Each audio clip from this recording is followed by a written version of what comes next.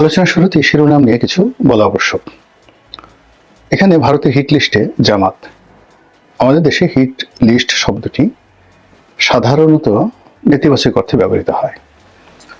কাউকে টার্গেট করা, কাউকে ধ্বংস করা, কাউকে মেরে ফেলা। সাধারণত এ সকল বিষয়ে বোঝানোর জন্য সংবাদপত্রগুলো সাধারণত হিট লিস্ট শব্দটি ব্যবহার করে। কার্যত হিট লিস্ট শব্দটি মূলত কাউকে গুরুত্ব সহকারে বিবেচনা করা, কারোর সঙ্গে সম্পর্ক স্থাপন করা এবং কাউকে একেবারে জোরাজুরি করে তার সঙ্গে একটি সম্পর্ক স্থাপন করার নামও অনেক ক্ষেত্রে হিট লিস্ট হয়ে যায়। তো সেই অর্থে দিল্লির সঙ্গে, ভারতের সঙ্গে, নরেন্দ্র মোদীর সঙ্গে বর্তমান জামাতের সম্পর্কের যে একটা নতুন দ্বার উন্মোচিত হয়েছে, এটি বোঝানোর জন্য আমি মূলত এই হিট লিস্ট শব্দটি ব্যবহার করেছি।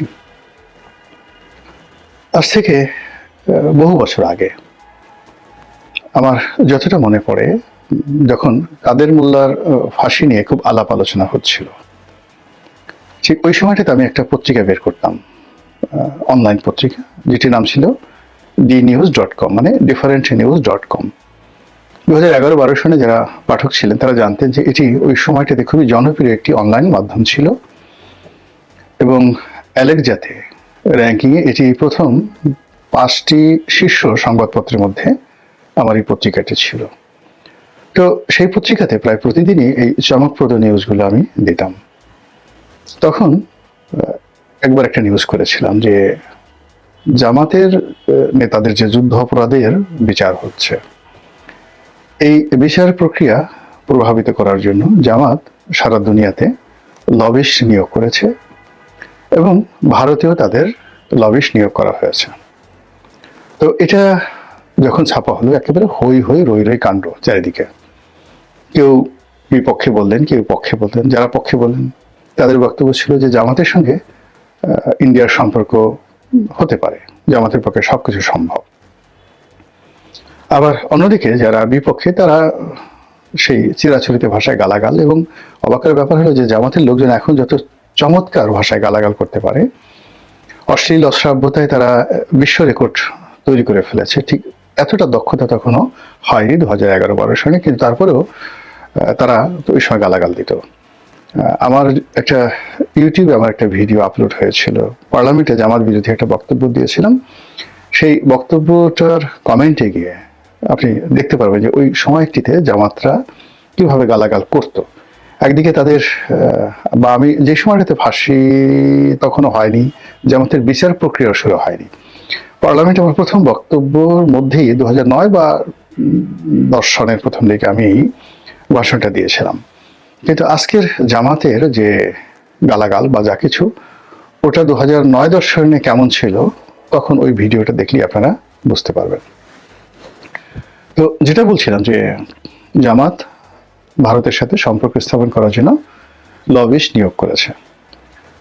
তো এই ঘটনা পরবর্তীতে যখন 2015 বা 16 সনে জামাতের সঙ্গে ভারতের কি সম্পর্ক, কোন পর্যায়ের সম্পর্ক, সেটা চাক্ষুষ দেখার সুযোগ হয়েছিল। আমি শুধু এতটুকু বললাম। জামাত এই যুদ্ধাপরাধীদের যে বিচার, সেই বিচার প্রক্রিয়াতে ভারতের সহযোগিতার জন্য তাদের বড় বড় নেতাদেরকে এই যুদ্ধাপরাধের দায় থেকে মুক্ত করার জন্য করেনি এহেন চেষ্টা নেই। কিন্তু জিনিসগুলো কাঁচা হাতে তখন হ্যান্ডেল হয়েছে।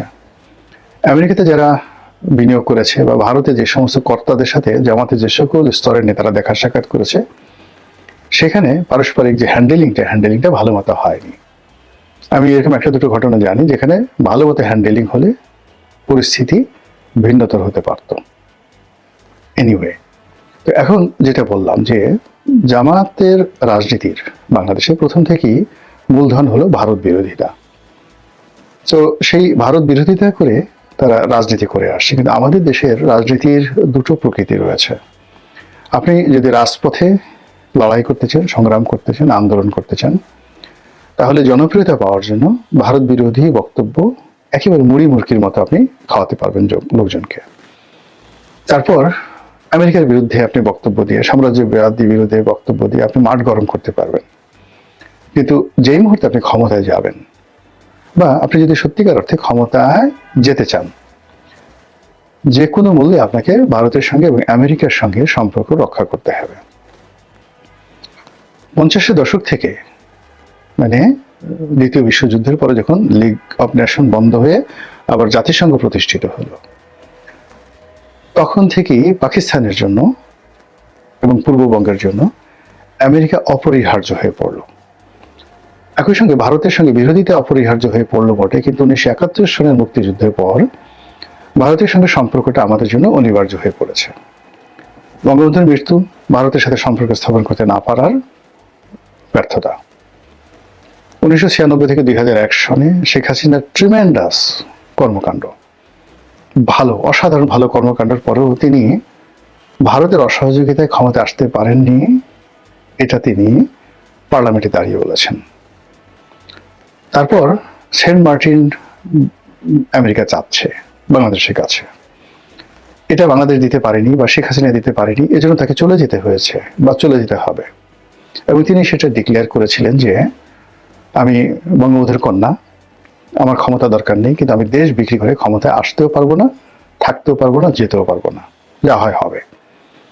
তো এখন এই যে গত 10 মাসের যে বাস্তবতা, তার আগে আরো 7 মাসের বাস্তবতা, অর্থাৎ আগস্ট মাস থেকে আজ অবধি প্রায় 17 মাস হয়ে গেল। এই 17 মাসের যে রাজনীতি, এখানে আওয়ামী লীগ খুব ভালো করে বুঝে গেছে যে তাদের কি ভুলগুলো হয়েছিল। বিএনপি ঘুরে দাঁড়ানোর চেষ্টা করছে, জামাত ঘুরে দাঁড়ানোর চেষ্টা করছে, আর বর্তমান সরকার তারা হাড়ে হাড়ে অনুভব করছে যে ব্যর্থতাটা কোন পর্যায়ে পৌঁছে গেছে এবং এখান থেকে আসলে ঘুরে দাঁড়ানো সম্ভব কিনা সেটা নিয়েও তারা গবেষণা করছে। তো সেই অবস্থাতে রাজনৈতিক দলগুলোর একটা ভিন্ন ভিন্ন কৌশল থাকে। জামাতেও সেই কৌশল অবলম্বন করছে। তাদের সঙ্গে পাকিস্তানের ঐতিহাসিক সম্পর্ক, তুরস্কের সঙ্গে কৌশলগত সম্পর্ক, সৌদি আরবের সঙ্গে কৌশলগত সম্পর্ক, এই সম্পর্কটি হয়তো অর্থনৈতিকভাবে কিংবা তাদের যে নীতিগত যে সকল সিদ্ধান্ত রয়েছে বা তাদের যাকে বলা হয় অ্যামিউজমেন্ট, সেই পলিটিক্যাল অ্যামিউজমেন্ট, রাজনীতির যে বিনোদন, সেই বিনোদনের জন্য এ সকল রাষ্ট্রের সাথে সম্পর্ক হয়তো কাজে লাগবে। আপনি একটা ভ্রমণে গেলেন, রাজকীয় মেহমান রূপে মক্কা মদিনাতে সফর করলেন, তুরস্কের সরকারি ভিসাতে গেলেন, 15 দিন সেখানে একটা প্লেজার ট্রিপ করে আসলেন, এটাকে বলা হয় পলিটিক্যাল অ্যামিউজমেন্ট। চায়না এই কাজগুলো করে খুব বেশি। বিভিন্ন দেশ থেকে তাদের পছন্দের মানুষদেরকে চীন দেশে নিয়ে ভীষণ রকমভাবে তারা আদর করেন, আপ্যায়ন করেন। আমি চীনের রাষ্ট্রীয় অতিথি হিসেবে একবার সেখানে গিয়েছিলাম, আমি এই জিনিসগুলো দেখেছি। কিন্তু ভারতের সঙ্গে যে বাংলাদেশের পলিটিক্যাল পার্টিগুলো, রাজনীতির যে সম্পর্কগুলো, এগুলো আসলে মানে বিকল্প নেই। এই সম্পর্কগুলো করতেই হবে আপনাকে যদি আপনি ক্ষমতায় যেতে চান এবং ক্ষমতায় থাকতে চান। স্বাধীনতার পর থেকে বাংলাদেশের অনেকের সঙ্গে ভারত সম্পর্ক করার চেষ্টা করেছে, কিন্তু কার্যত যেটা বাস্তবতা ভারতের জন্য নির্মম অভিজ্ঞতা, সেটা হলো একমাত্র জাতীয় পার্টি ছাড়া ভারতের সঙ্গে কেউ বিশ্বস্ত আচরণ করেনি।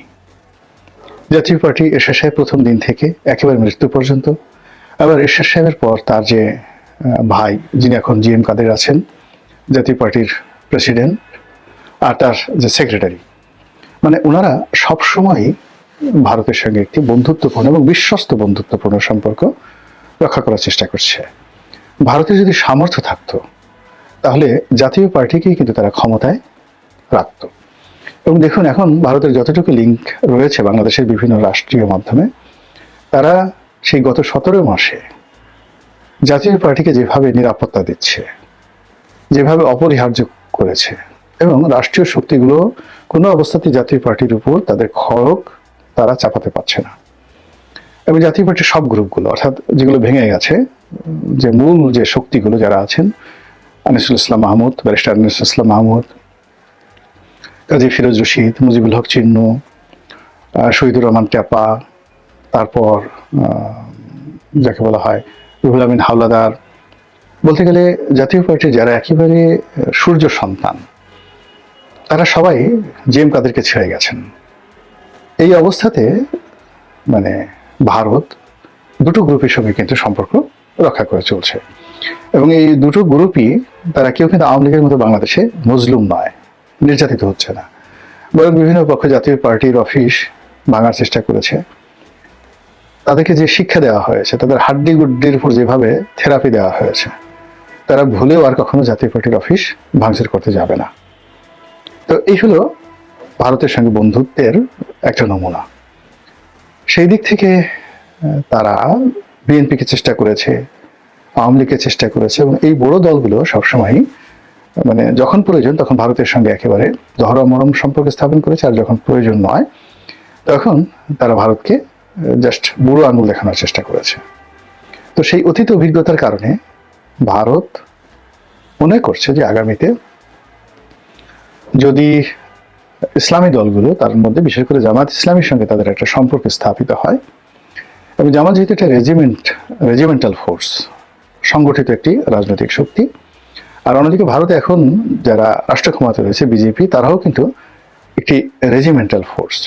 এবং আপনি দেখবেন যে উগ্রবাদী বলেন আর উদারনৈতিক বলেন, সারা দুনিয়ার উগ্রবাদী যারা, তাদের পারস্পরিক সম্পর্কটা হয়ে যায়, আর যারা উদারনৈতিক তাদের মধ্যে একটা সম্পর্ক হয়ে যায়। এবং এটা সব ক্ষেত্রে প্রযোজ্য। আপনি একটা নতুন শহরে গেলেন, আপনি নামাজ কালাম পড়েন, সবার আগে আপনি মসজিদে দেখা পেয়ে যাবেন, মুসলিমদের সঙ্গে আপনার বন্ধুত্ব হয়ে যাবে। আপনি যদি নেশাখোর হন, মদখোর হন, মুহূর্তের ভিতরে আপনি শহরে ঢোকার সঙ্গে সঙ্গে আপনার মদ্যপের সঙ্গে দেখা হবে, পানশালার দেখা হবে, কোথায় কি ধরনের মাদক পাওয়া যায় আপনি খুঁজে পেয়ে যাবেন। তো এ হলো মানুষের স্বাভাবিক বৈশিষ্ট্য। মানুষ যেরকম চিন্তা করে, যেরকম ক্যারেক্টারিস্টিক্স, তাদের সঙ্গে আসলে সেরকম মানুষের সম্পর্ক হয়ে যায়। তো ভারতে যেহেতু একটি উগ্রবাদী দক্ষিণপন্থী সরকার আছে, মানে আমাদের দেশে দক্ষিণপন্থী বলতে যেমন ইসলাম ধর্মাবলম্বীকে বোঝায়, ভারতে দক্ষিণপন্থী বলতে হিন্দু ধর্মাবলম্বীদের বোঝায়। তারা উভয়ই তাদের হিন্দু জাতীয়তাবাদ, আর বাংলাদেশে জামাত ইসলামী এবং তাদের যারা বন্ধু তারা মুসলিম জাতীয়তাবাদ প্রতিষ্ঠা করতে চায়। তো সেই দিক থেকে তাদের মধ্যে মানে একই রাষ্ট্রের মধ্যে সমস্যা হতে পারে, কিন্তু ভিন্নতর রাষ্ট্রে তাদের মধ্যে কোনো সমস্যা নেই। যে রাজনীতির জিকির তুলে বিজেপি সফল হয়েছে, একই রাজনীতির জিকির তুলে জামাতের সহযোগিতা পেলে ভারতের তারা সফল হতে পারে। এবং এই কারণে সাম্প্রতিক সময়ে যে রয়টারের খবর প্রচারিত হয়েছে, সেই প্রচারণায় আমরা দেখলাম যে জামাতের আমিরের সঙ্গে ভারতের কূটনীতিবিদদের সাক্ষাৎকার হয়েছে। যদিও এটা নিয়ে নানা রকম ব্যাখ্যা রয়েছে, বিবৃতি রয়েছে। কেউ বলছে লন্ডনে সাক্ষাৎ হয়েছে, কেউ বলছে না জামাতের আমিরের বাসায় সাক্ষাৎ হয়েছে, কেউ বলছে 5-6 মাস আগে সাক্ষাৎ হয়েছে, ইত্যাদি নানা কথা। কিন্তু বাস্তবতা হলো সাক্ষাৎ হয়েছে, এটাই ধ্রুব সত্য।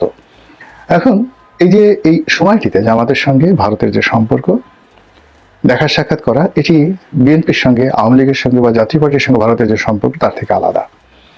এর কারণ হলো যে জামাত মূলত এখন কার্যত দেশ চালাচ্ছে, আর জামাত যে প্ল্যান করে এগুচ্ছে সামনে, কোনো রকম সারা শব্দ না করে, নির্বাচনের মাঠে কোনো রকম সিন ক্রিয়েট না করে, তারা ম্যাটিকুলাসলি নির্বাচনে জয়লাভ করার যে পরিকল্পনা করে যাচ্ছে, এটা আমাদের বাংলাদেশের আমরা যারা আমজনতা আছি, হাজার আমরা আছি, আমরা হয়তো অনেকে অনুমান করতে পারছি না, কিন্তু আমেরিকা কিন্তু ঠিকই বুঝতে পেরেছে। তারপর ভারতও ঠিক বুঝতে পেরেছে যে এখানে রাজনীতির হিসাব পাল্টে যেতে পারে যে কোনো সময়, যে কোনো পরিস্থিতিতে। এই কারণে আসলে কৌশল এমন একটা জিনিস। তারপরে আসমানি ধরেন সাহায্য তো অবশ্যই আছে। যারা ধর্মকর্মে বিশ্বাস করেন তারা মনে করেন যে আল্লাহর সহযোগিতা না থাকলে রাষ্ট্র ক্ষমতা আসা যায় না। যুদ্ধে জয়লাভ করা সংখ্যার উপর নির্ভর করে না। মাত্র 300 জন লোক নিয়ে 10,000 লোকের বিরুদ্ধে যুদ্ধ করা গেছে এবং 300 জন লোক জয়ী হয়েছে। আর ইসলাম ধর্মের ইতিহাসে 313 জন ভার্সেস 1000 বদরের যুদ্ধে, সেখানে মুসলিম বাহিনীর বিশাল বিজয়। আবার পরবর্তী সময়ে যে উহুদের যুদ্ধ হলো বা খন্দকের যুদ্ধ হলো, এই যুদ্ধগুলোতেও কিন্তু মুসলমানদের সংখ্যা ছিল খুবই নগণ্য।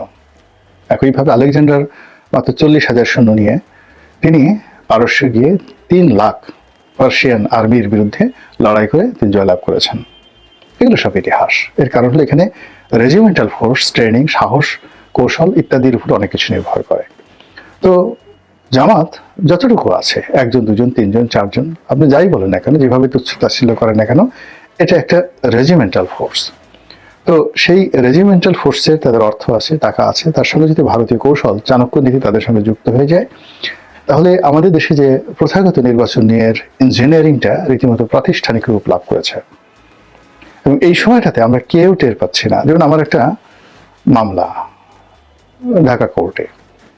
তো এই মামলার একটা শুনানি ছিল। তো নির্বাচন আরো 1.5 মাস আগে, কিন্তু কোর্ট কাছারির বেশিরভাগ ম্যাজিস্ট্রেট এখন নির্বাচনের দায়িত্বে কিন্তু তারা চলে গেছে। আমরা যারা অনিশ্চয়তার কথা বলছি, আমরা যারা নির্বাচনের বিএনপি বিজয়ের ব্যাপারে শতভাগ নিশ্চিত হয়ে বসে আছি, কিন্তু এখানে যে কি ইঞ্জিনিয়ারিংটা হচ্ছে, কি চাণক্যনীতি হচ্ছে, পর্দার আড়ালে কি যে খেলাধুলা হচ্ছে, এটি যারা এটা পরিচালনা করছেন তারা বলতে পারবেন। বিএনপি হয়তো শক্তিমত্তার উপরে, সংখ্যাধিক্যের উপর, জনপ্রিয়তার উপর তারা নির্ভর করছে, আর অন্যদিকে জামাত কৌশলের উপর নির্ভর করছে, প্ল্যান পরিকল্পনার উপর নির্ভর করছে। তাদের যে দেশি এবং বিদেশি যে শক্তি রয়েছে এবং প্রশাসনের বিভিন্ন স্তরে তাদের যে সকল লোক রয়েছে, সবার সঙ্গে একটা সম্মিলিত, যাকে বলা হয়, প্ল্যান করে তারা এগোচ্ছে। নির্বাচন হবে অথবা হবে না, কিন্তু যাই হোক না কেন তারা যেন তাদের অস্তিত্ব বজায় রাখতে পারে সসম্মানে, মর্যাদা এবং শক্তিতে। সেই ব্যাপারে তারা যে কাজগুলো করছে এবং সেই কাজের ক্ষেত্রে দিল্লির সঙ্গে তাদের যে সম্পর্কটা, এটা স্বাভাবিক, একেবারে স্বাভাবিক। আর অন্যদিকে দিল্লিও এই পরিবর্তিত পরিস্থিতিতে তারা জামাতকে বন্ধু হিসেবে নিতে পারে। এর কারণ হলো অতীতে বঙ্গবন্ধুর জমানা, শেখ হাসিনার জমানা, বিএনপির জমানা, সব জমানাতে কিন্তু ভারত নিদারুণভাবে অপমানিত, লাঞ্ছিত হয়েছে।